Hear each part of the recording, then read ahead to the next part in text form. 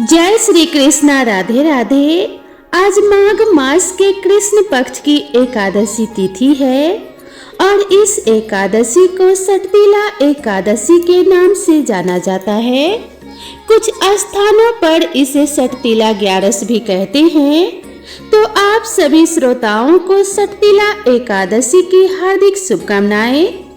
भगवान श्री कृष्ण जी ने इस एकादशी के दिन तिल का स्वरूपों में किस प्रकार उपयोग करना चाहिए यह बताया है।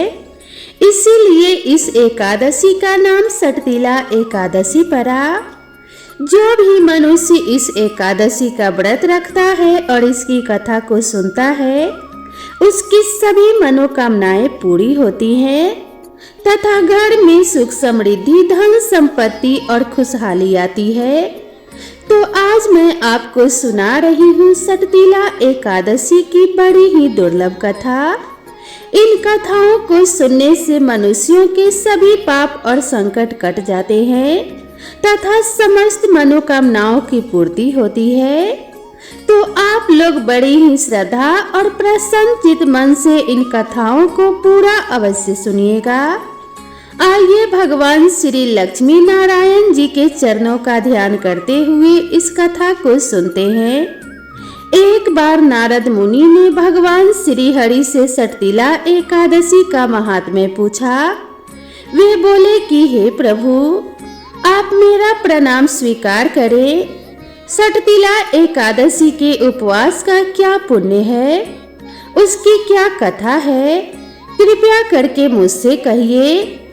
नारद जी की प्रार्थना सुन भगवान श्री हरि जी ने कहा कि हे नारद, मैं तुम्हें प्रत्यक्ष देखा सत्य वृतांत सुनाता हूँ, ध्यान पूर्वक इसका श्रवण करो। बहुत पहले मृत्यु लोक में एक ब्राह्मणी रहती थी। वह सदा व्रत उपवास किया करती थी। एक बार वह 1 मास तक उपवास करती रही। इससे उसका शरीर बहुत कमजोर हो गया। वह अत्यंत बुद्धिमान थी, फिर भी उसने कभी भी देवताओं और ब्राह्मणों के निमित्त अन्न आदि का दान नहीं किया। मैंने चिंतन किया कि इस ब्राह्मणी ने उपवास आदि से अपना शरीर तो पवित्र कर लिया है तथा इसको वैकुंठ लोक की प्राप्ति हो जाएगी, किंतु इसने कभी अन्न दान नहीं किया है। अन्न के बिना जीव की तृप्ति होना कठिन है। ऐसा चिंतन करके मैं मृत्यु लोक में गया और उस ब्राह्मणी से अन्न की भिक्षा मांगी। इस पर उस ब्राह्मणी ने कहा कि हे योगीराज, आप यहाँ किस लिए पधारे हैं? मैंने कहा मुझे भिक्षा चाहिए। इस पर उसने मुझे एक मिट्टी का पिंड दे दिया। मैं उस पिंड को लेकर स्वर्ग लौट आया। कुछ समय व्यतीत होने पर वह ब्राह्मणी शरीर त्याग कर स्वर्ग आई। मिट्टी के पिंड के प्रभाव से उसे जगह जगह एक आम वृक्ष सहित घर मिला, किंतु उसने उस घर को अन्य वस्तुओं से खाली पाया। वह घबराई हुई मेरे पास आई और बोली कि हे प्रभु, मैंने अनेक व्रत आदि से आपका पूजन किया है, किंतु फिर भी मेरा घर वस्तुओं से रिक्त है। इसका क्या कारण है? मैंने कहा तुम अपने घर जाओ और जब देव स्त्रियां तुम्हें देखने आए तब तुम उनसे सटतिला एकादशी व्रत का महात्म्य और उसका विधान पूछना। जब तक वह ना बताएं तब तक तुम द्वार नहीं खोलना। प्रभु के ऐसे वचन सुनकर वह अपने घर गई और जब देव स्त्रियां आई और द्वार खोलने के लिए कहने लगी, तब उस ब्राह्मणी ने कहा, यदि आप मुझे देखने आई हैं तो पहले मुझे सटतिला एकादशी का महात्म्य बताइए। तब उनमें से एक देव स्त्री ने कहा, यदि तुम्हारी यही इच्छा है तो ध्यान पूर्वक श्रवण करो। मैं तुमसे एकादशी व्रत और उसका महात्म्य विधान सहित कहती हूँ। जब उस देव स्त्री ने सटतिला एकादशी का महात्म्य सुना दिया, तब उस ब्राह्मणी ने द्वार खोल दिया। देव स्त्रियों ने ब्राह्मणी को सब स्त्रियों से अलग पाया। उस ब्राह्मणी ने भी देव स्त्रियों के कहे अनुसार सटतिला एकादशी का उपवास किया और उसके प्रभाव से उसका घर धन्य धान्य से भर गया। अतः हे पार्थ, मनुष्यों को अज्ञान को त्याग कर सटतिला एकादशी का उपवास करना चाहिए। इस एकादशी के व्रत को करने वाले को जन्म जन्मांतर की निरोगिता होता प्राप्त होती है, यानी वह व्यक्ति कभी रोगी नहीं होता। इस प्रकार उपवास से मनुष्य के सभी पाप नष्ट हो जाते हैं। इसके बाद श्री कृष्ण जी कहते हैं कि अन्न तिल आदि दान करने से धन्य धान्य में बढ़ोतरी होती है।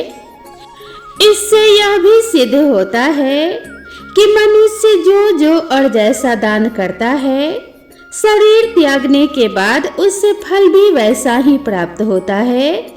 अतः धार्मिक कृत्यों के साथ साथ हमें दान आदि अवश्य करना चाहिए। इस प्रकार भगवान श्री कृष्ण जी के श्री मुख से एकादशियों का महात्म्य सुनकर श्रद्धा पूर्वक उन्हें प्रणाम करते हुए अर्जुन ने कहा कि हे केशव, आपके श्री मुख से एकादशियों की कथाएं सुनकर मुझे असीम आनंद की प्राप्ति हुई है। हे मधुसूदन, कृपा कर अन्य एकादशियों का महात्म्य सुनाने की भी अनुकंपा करें।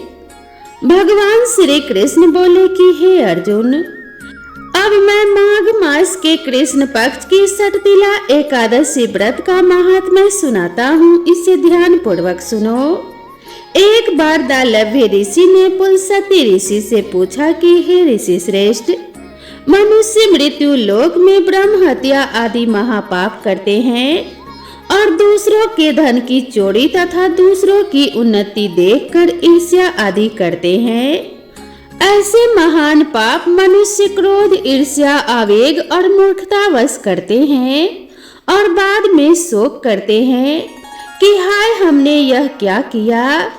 हे महामुनि, ऐसे मनुष्यों को नरक से बचाने का क्या उपाय है?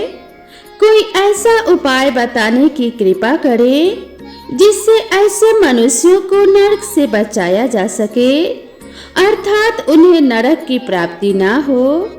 ऐसा कौन सा दान पुण्य है जिसके प्रभाव से नरक की यातनाओं से बचा जा सकता है? इन सभी प्रश्नों का हल आप कृपा करके बताने की कृपा करें। दालभ्य ऋषि की बात सुनकर पुलस्त्य ऋषि ने कहा कि हे मुनि श्रेष्ठ, आपने मुझसे अत्यंत गूढ़ प्रश्न किया है।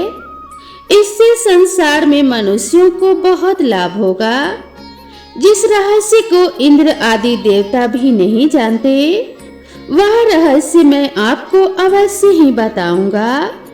माघ मास आने पर मनुष्य को स्नान आदि से शुद्ध रहना चाहिए और इंद्रियों को वश में करके तथा काम, क्रोध, लोभ, मोह, ईर्ष्या तथा अहंकार आदि से सर्वथा बचना चाहिए। पुष्य नक्षत्र में गोबर, कपास, तिल मिलाकर उपले बनाने चाहिए। इन उपलों से 108 बार हवन करना चाहिए। जिस दिन मूल नक्षत्र और एकादशी तिथि हो, तब अच्छे पुण्य देने वाले नियमों को ग्रहण करना चाहिए। स्नान नित्य कर्म से देवों के देव भगवान श्री हरि का पूजन व कीर्तन करना चाहिए। एकादशी के दिन उपवास करें तथा रात को जागरण और हवन करें। उसके दूसरे दिन धूप, दीप, नैवेद्य से भगवान श्री हरि की पूजा अर्चना करें तथा खिचड़ी का भोग लगाएं। उस दिन श्री विष्णु को पेठा, नारियल, सीताफल या सुपारी सहित अर्घ्य अवश्य देना चाहिए। तदुपरांत उनकी स्तुति करनी चाहिए कि हे जगदीश्वर, आप निराश्रितों को शरण देने वाले हैं, अर्थात जिनका कोई सहारा नहीं है उन्हें सहारा देने वाले हैं। आप संसार में डूबे हुए का उद्धार करने वाले हैं। हे कमल नयन, हे मधुसूदन, हे जगन्नाथ, हे पुंडरीकाक्ष, आप लक्ष्मी जी सहित मेरी इस तुच्छ अर्घ को स्वीकार कीजिए। इसके पश्चात ब्राह्मण को जल से भरा घड़ा और तिल दान करने चाहिए। यदि संभव हो तो ब्राह्मण को गौ और तिल दान में देना चाहिए। इस प्रकार मनुष्य जितने तिलों का दान करता है उतने ही सहस्र वर्ष तक स्वर्ग में वास करता है। इस दिन तिल का 6 रूपों में इस प्रकार प्रयोग करना चाहिए। पहला तिल स्नान, दूसरा तिल का उबटन, तीसरा तिल का हवन, चौथा तिल का तर्पण, पांचवा तिल का भोजन और छठा तिलों का दान। ये तिल के 6 प्रकार के उपयोग हैं। इनके प्रयोग के कारण यह सटतिला एकादशी कहलाती है। इस व्रत के करने से अनेक प्रकार के पाप नष्ट हो जाते हैं तथा मनुष्यों की समस्त मनोकामनाएं पूर्ण हो जाती हैं और अपार धन संपत्ति की प्राप्ति होती है। तो बोलिए श्री लक्ष्मी नारायण भगवान की जय। बोलिए श्री तुलसी शालिग्राम भगवान की जय। अब आइए भगवान विष्णु की एक सच्ची कथा का रसपान करते हैं, जिससे सुनने मात्र से सभी मनोकामनाएं पूरी होती हैं। एक गांव में एक निर्धन जुलाहा दंपति रहता था। जुलाहे का नाम था माधव और उसकी पत्नी का नाम था कांता। वे दोनों बहुत परिश्रमी थे। सारा दिन काम करते, सुंदर सुंदर कपड़े बनाते, किंतु उनके बने कपड़ों को उनको अच्छी कीमत नहीं मिल पाती थी। फिर भी जो मिलता वे उसी में संतुष्ट रहते और एक टूटी फूटी झोपड़ी में रहकर अपना जीवन व्यतीत किया करते थे। वे बहुत संतोषी स्वभाव के थे। वे दोनों भगवान श्री कृष्ण के अनन्य भक्त थे। दिन भर के परिश्रम के बाद जो भी समय मिलता उसे वे दोनों भगवान के भजन कीर्तन में बिता देते। माधव के पास एक तानपुरा और एक खरताल थी। जब वह दोनों मिलकर भजन गाते तो माधव तानपुरा बजाता और उसकी पत्नी खरताल। फिर तो दोनों भगवान के भजन में प्रेम से ऐसे डूब जाते कि उनको अपनी भूख प्यास की भी चिंता नहीं रहती। उन्होंने अपनी दीनहीन अवस्था के लिए कभी भगवान को कोई उलाहना नहीं दिया और अपने इसी जीवन में प्रसन्न थे। लेकिन एक दुख उनको सदा सताता रहता कि उनकी कोई संतान नहीं थी। इसको लेकर वह सदा चिंतित रहा करते थे। चिंता तो थी, फिर भी दोनों सदा भगवान की भक्ति में मगन रहते। इसको भी उन्होंने भगवान की लीला समझकर स्वीकार कर लिया और निष्काम भाव से भगवान श्री कृष्ण की भक्ति में लीन रहने लगे।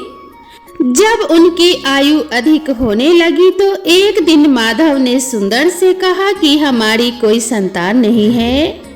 कहते हैं कि संतान के बिना मुक्ति प्राप्त नहीं होती। अब हमारी आयु भी अधिक हो चली है, न जाने कब बुलावा आ जाए। मरने के बाद हमारी चिता को अग्नि कौन देगा? कौन हमारे लिए तर्पण आदि कार्य करेगा? कैसे हमारी मुक्ति होगी? माधव बोला, तू की चिंता करती है? ठाकुर जी है न, वही सब देखेंगे। माधव ने यह बात कह तो दी, किंतु वह भी चिंता में डूब गया। तभी उसके मन में एक विचार आया। वह नगर में गया और श्री कृष्ण के बाल रूप की एक मूर्ति घर ले आया। घर आकर बोला, अब तुझे चिंता करने की कोई आवश्यकता नहीं है। मैं यह बाल गोपाल लेकर आया हूँ। अब से यही हमारे पुत्र हैं। माधव बोला, अगर हम संतानहीन हैं तो यह भी इन्हीं की इच्छा है। हम इनको ही अपने पुत्र के समान प्रेम करेंगे। यही हमारे पुत्र का दायित्व पूर्ण करेंगे। माधव की यह बात सुनकर कांता अत्यंत प्रसन्न हुई। उसने बाल गोपाल को लेकर अपने हृदय से लगा लिया और बोली, आप बिल्कुल ठीक कह रहे हैं। आज से यही हमारे लाला है। फिर क्या था, दोनों पति पत्नी ने घर का एक कोना साफ करके वहां बाल गोपाल के लिए एक स्थान बनाया और एक चौकी लगाकर उस पर बाल गोपाल को विराजित कर दिया। उस दिन से जुलाहा दंपति का नियम हो गया। वह प्रतिदिन बाल गोपाल को स्नान कराते, उनको धुले वस्त्र पहनाते, अपने पुत्र की तरह उनको लाड़ करते, उन्हीं के सामने बैठकर भजन कीर्तन करते और वहीं सो जाते थे। वो दोनों अपने हाथों से बाल गोपाल के लिए सुंदर वस्त्र बनाकर उनको पहनाते, उन्हें खाना खिलाते, उनको झूला झूलाते और रात को उनको सुलाकर ही स्वयं सोते थे। इन सब में उनको बड़ा आनंद आता। धीरे धीरे दोनों बाल गोपाल को अपनी संतान के समान ही प्रेम करने लगे। बाल कृष्ण अब उनके परिवार का हिस्सा बन गए थे। कांता का नियम था कि वह रोज पहले अपने हाथों से अपने लाला को भोजन कराती, तब स्वयं भोजन किया करती थी। लाला को भोजन कराते समय उसको ऐसा ही प्रतीत होता जैसे वह अपने पुत्र को ही भोजन करा रही हो। उन दोनों के निश्चल प्रेम को देखकर करुणा निधान भगवान अत्यंत प्रसन्न हुए और उन्होंने अदृश्य रूप में आकर स्वयं भोजन खाना आरंभ कर दिया। कांता जब प्रेम पूर्वक बाल गोपाल को भोजन कराती तो भगवान को प्रतीत होता मानो वह अपने माँ के हाथों से भोजन कर रहे हो। उनको कांता के हाथ से प्रेम पूर्वक मिलने वाले हर कौर में माँ का प्रेम प्राप्त होता था। भगवान श्री कृष्ण स्वयं माँ की उस प्रेम लीला के वशीभूत हो गए, किंतु कांता कभी नहीं जान पाई कि स्वयं बाल गोपाल उसके हाथ से भोजन करते हैं। एक दिन घर का काम बहुत अधिक होने के कारण कांता बाल गोपाल को भोजन कराना भूल गई। गर्मी का समय था। भरी दोपहरी में दोनों पति पत्नी कार्य करते करते थक गए और बिना भोजन किए ही सो गए। उनको सोए हुए कुछ ही देर हुई थी कि उनको एक आवाज सुनाई दी, मैया बाबा मुझको भूख लगी है। दोनों हड़बड़ा कर उठ गए। चारों ओर देखा आवाज कहां से आई, किंतु कुछ भी दिखाई नहीं दिया। तभी अचानक लीला को याद आया कि आज उसने अपने लाला को भोजन नहीं कराया है। वह हड़बड़ाकर उठी और दौड़कर लाला के पास पहुंची तो देखा कि बाल गोपाल का मुख कुम्हलाया हुआ है। इतना देखते ही दोनों पति पत्नी वहीं उनके चरणों में गिर पड़े। दोनों की आंखों से आंसुओं की धार बह निकली। लीला तुरंत भोजन लेकर आई और न जाने कैसा प्रेम उमड़ा कि उसने अपने लाला को उठाकर अपनी गोद में बैठा लिया और भोजन कराने लगी। दोनों पति पत्नी रोते जा रहे थे और लाला को भोजन कराते जा रहे थे। साथ ही बार बार उनसे अपने द्वारा हुए अपराध के लिए क्षमा मांगते जा रहे थे। ऐसा प्रगाढ़ प्रेम देखकर भगवान अत्यंत द्रवित हुए और अंतर्यामी भगवान श्री हरि साक्षात रूप में प्रकट हो गए। भगवान ने अपने हाथों से अपने रोते हुए माता पिता की आंखों से आंसू पोंछे और बोले, प्रिय भक्त, मैं तुम्हारी भक्ति और प्रेम से अत्यंत प्रसन्न हूँ। तुम जो चाहे वर मांग लो, मैं तुम्हारी प्रत्येक इच्छा पूर्ण करूँगा। इतना सुनते ही दोनों भगवान के चरणों में गिर पड़े और बोले कि हे दया निधान, आप हमसे प्रसन्न हैं और स्वयं हमारे सम्मुख उपस्थित हैं। इसी से हमारा जीवन धन्य हो गया। इससे अधिक हमें और क्या चाहिए? इससे अधिक किसी भी वस्तु का भला क्या महत्व हो सकता है? आपकी कृपा हम पर बनी रहे, बस इतनी कृपा करना। भगवान श्री हरि बोले, यदि तुम चाहो तो मैं तुम्हारे जीवन में संतान के अभाव को समाप्त करके तुम्हें एक सुंदर संतान प्रदान करूंगा। यह सुनते ही माधव और कांता एकदम व्याकुल होकर बोले कि नहीं भगवान, हमको संतान नहीं चाहिए। उनका उत्तर सुनकर भगवान ने पूछा, किंतु क्यों? अपने जीवन में संतान की कमी को पूर्ण करने के लिए ही तो तुम मुझको अपने घर लेकर आए थे। यह सुनकर वह दोनों प्रेम से बोले कि हे प्रभु, हमें भय है कि यदि हमको संतान प्राप्त हो गई तो हमारा मोह उस संतान के प्रति बढ़ जाएगा और हम अब की तरह आपकी सेवा नहीं कर पाएंगे। उनका प्रेम और भक्ति से भरा उत्तर सुनकर करुणा निधान भगवान करुणा से भर उठे। उनके विचार सुनकर स्वयं भगवान की आंखों से अश्रु गिरने लगे।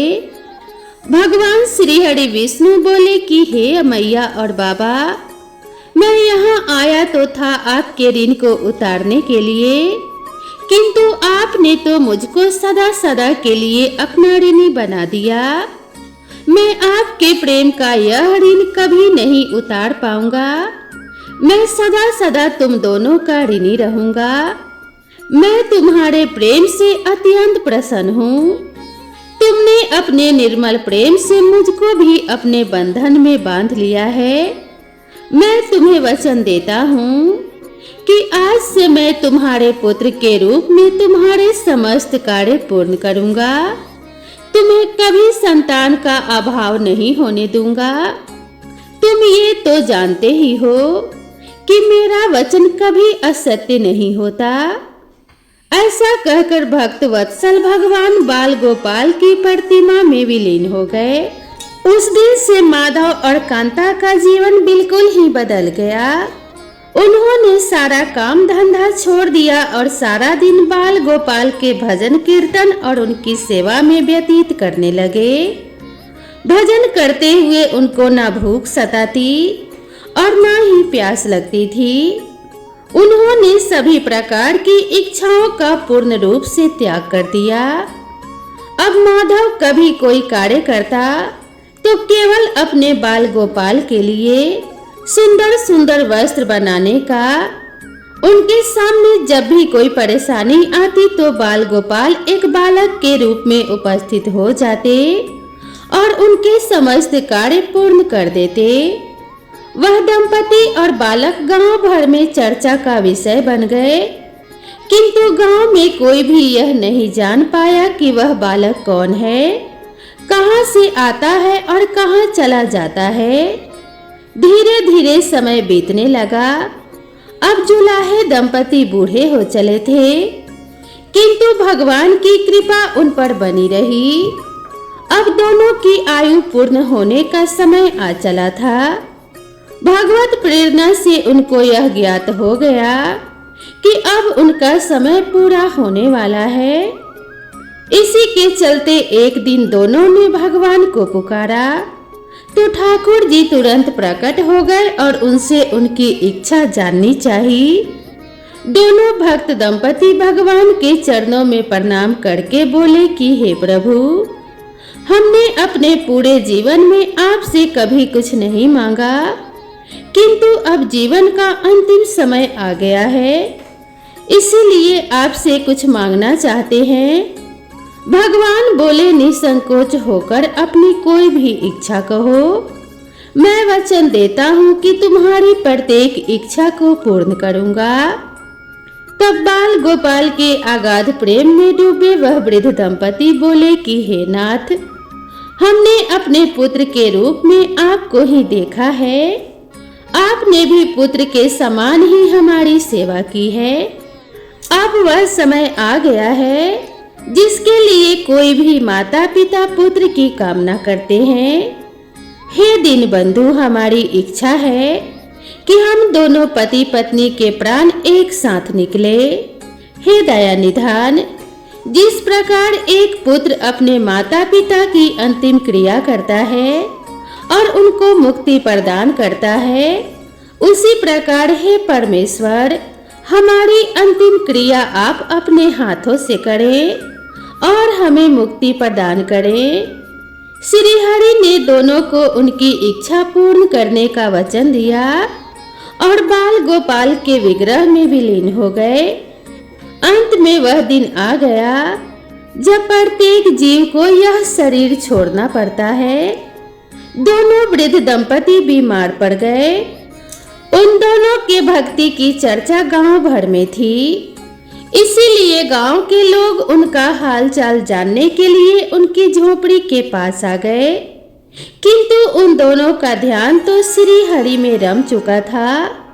उनको नहीं पता था कि कौन आया है और कौन नहीं। तभी अचानक एक चमत्कार हुआ। जुलाहे की झोपड़ी एक तीव्र और अलौकिक प्रकाश से भर उठी। वहां उपस्थित समस्त लोगों की आंखें बंद हो गई। किसी को कुछ भी दिखाई नहीं पड़ रहा था।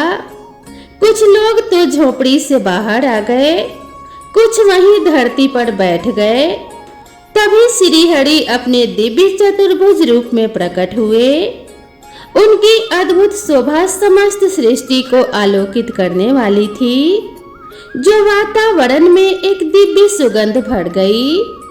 वे अपनी मंद मंद मुस्कान से अपने उन भक्त माता पिता की ओर देख रहे थे। उनका यह दिव्य रूप देखकर दोनों वृद्ध अत्यंत आनंदित और मंत्रमुग्ध हुए जा रहे थे। अपने दिव्य दर्शनों से दोनों को तृप्त करने के बाद करुणामयी लीलाधारी समस्त सृष्टि के पालन करता श्री हरि वहीं उन दोनों के निकट धरती पर ही उनके सिरहाने बैठ गए। भगवान ने उन दोनों भक्तों का सर अपनी गोद में रख लिया, उनके शीश पर प्रेम पूर्वक अपना हाथ रखा। तत्पश्चात अपने हाथों से उनके नेत्र बंद कर दिए। इतना करते ही तत्काल दोनों के प्राण निकलकर श्री हरि में विलीन हो गए। पंचभूतों से बना शरीर पंचभूतों में विलीन हो गया। कुछ समय बाद जब वह दिव्य प्रकाश का लोप हुआ तो सभी उपस्थित ग्रामीणों ने देखा कि वहां ना तो माधव था और ना ही कांता थी और ना ही बाल गोपाल। बचे थे तो मात्र कुछ फूल जो धरती पर गिरे पड़े थे और एक दिव्य सुगंध जो वातावरण में चारों ओर फैली थी। विस्मित ग्रामीणों ने श्रद्धा से उस धरती को नमन किया। उन पुष्पों को उठाकर ग्रामवासियों ने शीश से लगाया तथा माधव और कांता की भक्ति और गोविंद के नाम का गुणगान करते हुए चल दिए। उन पुष्पों को श्री गंगा जी में विसर्जित करने के लिए। सच्चा भक्त वह है जो एक क्षण के लिए भी भक्ति से विमुख नहीं होता, अर्थात जिसका चित्त ईश्वर में अखंड बना रहता है, वही सच्चा भक्त कहलाता है। सरल शब्दों में कहे तो भक्ति के अंतिम चरण का अनुभव करने वाले को ही भक्त कहते हैं। तो एक बार प्रेम से बोलिए भगवान विष्णु की जय। अब आइए अंत में श्रवण करते हैं एकादशी माता की कथा। युधिष्ठिर ने भगवान श्री कृष्ण से पूछा कि हे भगवान, पुण्यमयी एकादशी तिथि कैसे उत्पन्न हुई? इस संसार में वह क्यों पवित्र मानी गई तथा देवताओं को कैसे प्रिय हुई? श्री कृष्ण भगवान बोले कि हे कुंती नंदन, प्राचीन समय की बात है। सतयुग में मूर नामक दानव रहता था। वह बड़ा ही अद्भुत, अत्यंत रौद्र तथा संपूर्ण देवताओं के लिए भयंकर था। उस काल रूपधारी दुरात्मा महासुर ने इंद्र को भी जीत लिया था। संपूर्ण देवता उससे परास्त होकर स्वर्ग से निकाले जा चुके थे और शंकित तथा भयभीत होकर पृथ्वी पर विचरा करते थे। एक दिन सब देवता महादेव जी के पास गए। वहां इंद्र ने भगवान शिव के आगे सारा हाल कह सुनाया।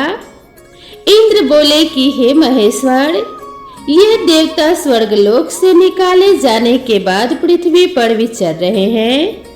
मनुष्यों के बीच रहना इन्हें शोभा नहीं देता। हे देव, कोई उपाय बतलाइए। देवता किसका सहारा लें?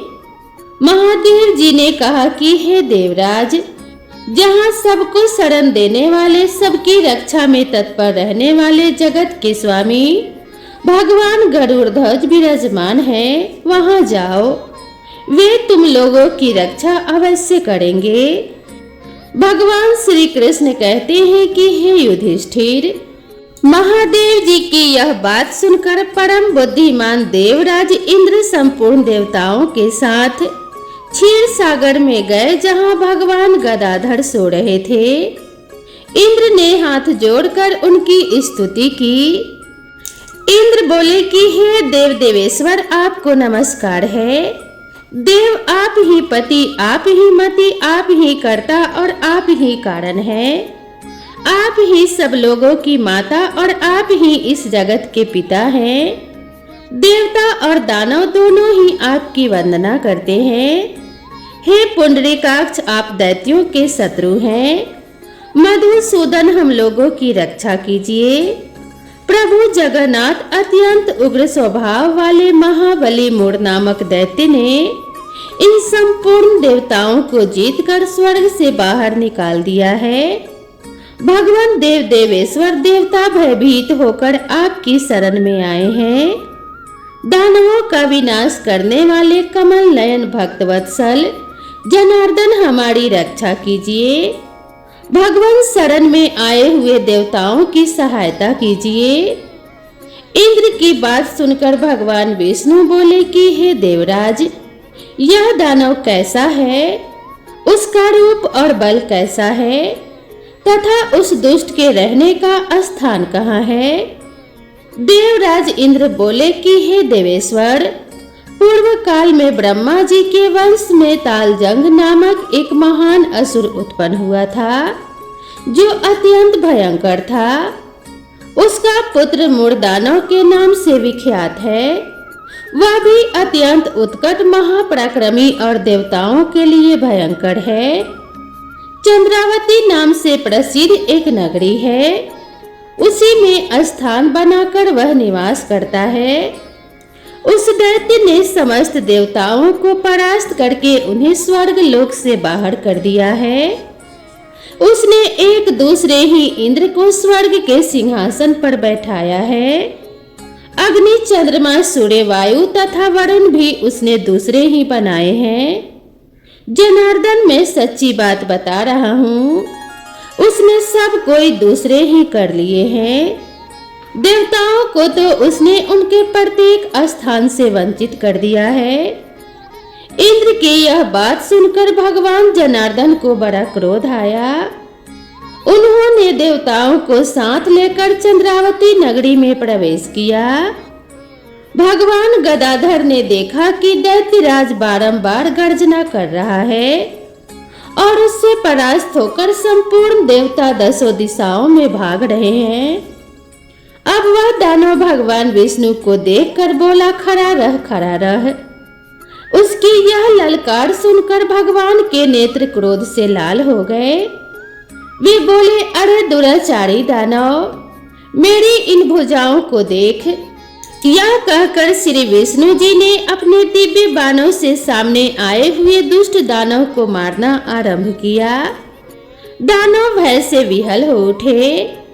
भगवान श्री कृष्ण कहते हैं कि हे पांडुनंदन, तत्पश्चात श्री विष्णु ने दैत्य सेना पर चक्र का प्रहार किया।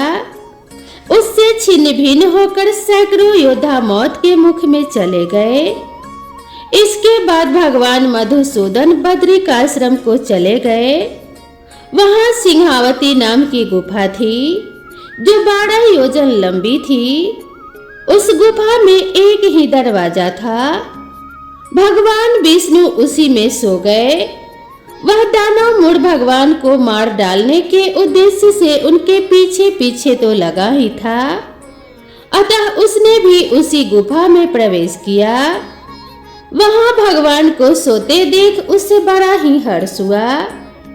उसने सोचा, यह दानवों को भय देने वाला देवता है, अतः निस्संदेह इसे मार डालूंगा। दानव के इस प्रकार विचार करते ही भगवान विष्णु के शरीर से एक कन्या प्रकट हुई, जो बड़ी ही रूपवती, सौभाग्यशालिनी तथा दिव्य अस्त्र शस्त्रों से सुसज्जित थी। वह भगवान के तेज के अंश से उत्पन्न हुई थी। उसका बल और पराक्रम महान था। दानव राज मुड़ ने उस कन्या को देखा। कन्या ने युद्ध का विचार करके दानव के साथ युद्ध के लिए याचना की। तत्पश्चात युद्ध छिड़ गया। कन्या सब प्रकार की युद्ध कला में निपुण थी। वह मुड़ नामक महान असुर उसके हुंकार मात्र से राख का ढेर हो गया। दानव के मारे जाने पर भगवान जाग उठे। उन्होंने दानव को धरती पर इस प्रकार निष्प्राण पड़ा देखकर कन्या से पूछा, मेरा यह शत्रु अत्यंत उग्र और भयंकर था, किसने इसका वध किया है? कन्या बोली कि हे प्रभु, आपके ही प्रसाद से मैंने इस महादैत्य का वध किया है। श्री हरि भगवान ने कहा कि हे कल्याणी, तुम्हारे इस कर्म से तीनों लोकों के मुनि और देवता आनंदित हुए हैं। अतः तुम्हारे मन में जैसी इच्छा हो उसके अनुसार मुझसे कोई वर मांग लो। देव दुर्लभ होने पर भी वह वर मैं तुम्हें अवश्य दूंगा, इसमें तनिक भी संदेह नहीं है। वह कन्या साक्षात एकादशी ही थी। कन्या ने कहा कि हे प्रभु, यदि आप प्रसन्न हैं तो मैं आपकी कृपा से सब तीर्थों में प्रधान, समस्त विघ्नों का नाश करने वाली तथा सब प्रकार की सिद्धि देने वाली देवी हूँ। जो लोग आप में भक्ति रखते हुए मेरे दिन को उपवास करेंगे, उन्हें सब प्रकार की सिद्धि प्राप्त हो। जो लोग उपवास करके मेरे व्रत का पालन करेंगे, उन्हें आप धन, धर्म और मोक्ष प्रदान कीजिए। श्री विष्णु बोले, कल्याणी, तुम जो कुछ कहती हो वह सब पूर्ण होगा।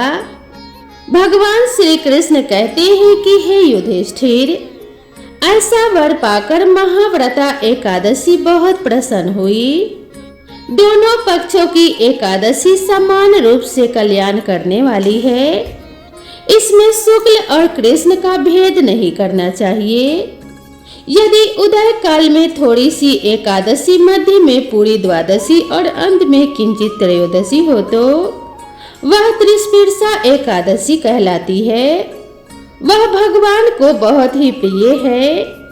यदि एक त्रिस्पर्शा एकादशी को उपवास कर लिया जाए तो 1000 एकादशी व्रतों का फल प्राप्त होता है तथा इसी प्रकार द्वादशी में पारण करने पर 1000 गुना फल माना गया है। अष्टमी, एकादशी, षष्ठी, तृतीया और चतुर्दशी यदि ये पूर्व तिथि में विध हो तो उनमें व्रत नहीं करना चाहिए। परिवर्तनी तिथि से युक्त होने पर ही इनमें उपवास का विधान है। पहले दिन में और रात में भी एकादशी हो तथा दूसरे दिन केवल प्रातः काल एकदंड एकादशी रहे तो पहली तिथि का परित्याग करके दूसरे दिन की द्वादशी युक्त एकादशी को ही उपवास करना चाहिए। यह विधि मैंने दोनों पक्षों की एकादशी के लिए बताई है। जो मनुष्य एकादशी को उपवास करता है वह वैकुंठ धाम में जाता है, जहाँ साक्षात भगवान गरुड़ ध्वज विराजमान रहते हैं। जो मानव हर समय एकादशी के महात्म्य का पाठ करता है उसे 1000 गौदान के पुण्य का फल प्राप्त होता है। जो दिन या रात में भक्ति पूर्वक इस महात्म्य का श्रवण करते हैं वे निस्संदेह ब्रह्म हत्या आदि पापों से मुक्त हो जाते हैं। एकादशी के समान पाप नाशक दूसरा कोई व्रत नहीं है, इसमें जरा भी संदेह नहीं करना चाहिए। तो प्रेम से बोलिए लक्ष्मी नारायण भगवान जी की जय। प्रेम से बोलिए राधा रानी श्री कृष्ण जी की जय। तो दोस्तों, माता लक्ष्मी और भगवान विष्णु की कृपा सदा सर्वदा आपके ऊपर बनी रहे, इसी कामना के साथ आप सभी से विदा लेते हैं। मिलते हैं नई वीडियो में नई कथा और नई कहानी के साथ। तब तक के लिए राधे राधे।